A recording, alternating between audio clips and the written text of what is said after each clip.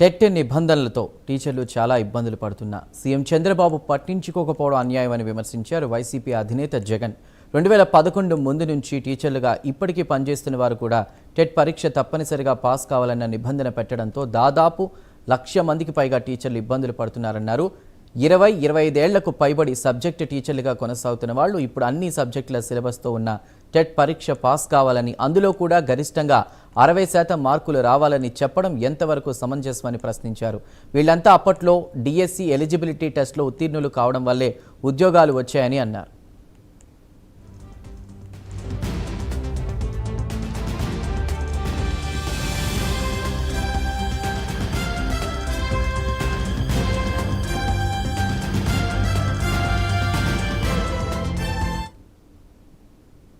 ఇక వారికి ఉద్యోగాలు ఇచ్చేటప్పుడు అప్పట్లో టెట్ అనే పరీక్షే లేనప్పుడు ఇప్పుడు వీళ్ళు కూడా టెట్ పరీక్షలో పాస్ కావాలని రూల్ పెట్టడం ఎంతవరకు కరెక్ట్ అని ప్రశ్నించారు జగన్. టీచర్లందరికీ టెట్ను తప్పనిసరి చేస్తూ జాతీయ విద్యా హక్కు చట్టం ప్రకారం 2011 నుంచి టెట్ను తప్పనిసరి చేస్తే ఈ చట్టం రాకముందు నుంచే టీచర్ ఉద్యోగాలు చేస్తున్న వారికి టెట్ పరీక్షను ఎందుకు తప్పనిసరి చేస్తున్నారన్నారు.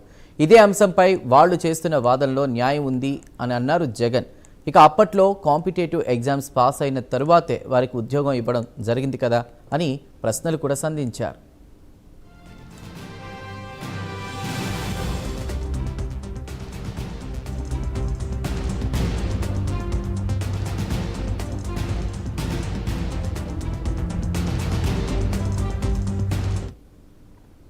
టెట్ పరీక్ష నిబంధన కారణంగా ప్రమోషన్ల సమస్య కాకుండా చివరకు ఉద్యోగ భద్రత లేకుండా చేస్తున్నారని, మానసిక ఒత్తిడికి గురి చేస్తున్నారని టీచర్లంతా వాపోతున్నారని మండిపడ్డారు జగన్.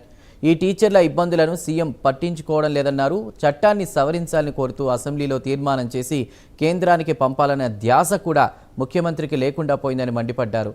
టెట్ రాకముందు అంటే 2011కు ముందు సర్వీసులో ఉన్న టీచర్లందరికీ టెట్ నుంచి మినహాయింపు ఇవ్వాలంటూ కేంద్రంపై ఒత్తిడి తీసుకొచ్చి టీచర్లకు ఉపశమనం తీసుకురావాలని డిమాండ్ చేశారు జగన్.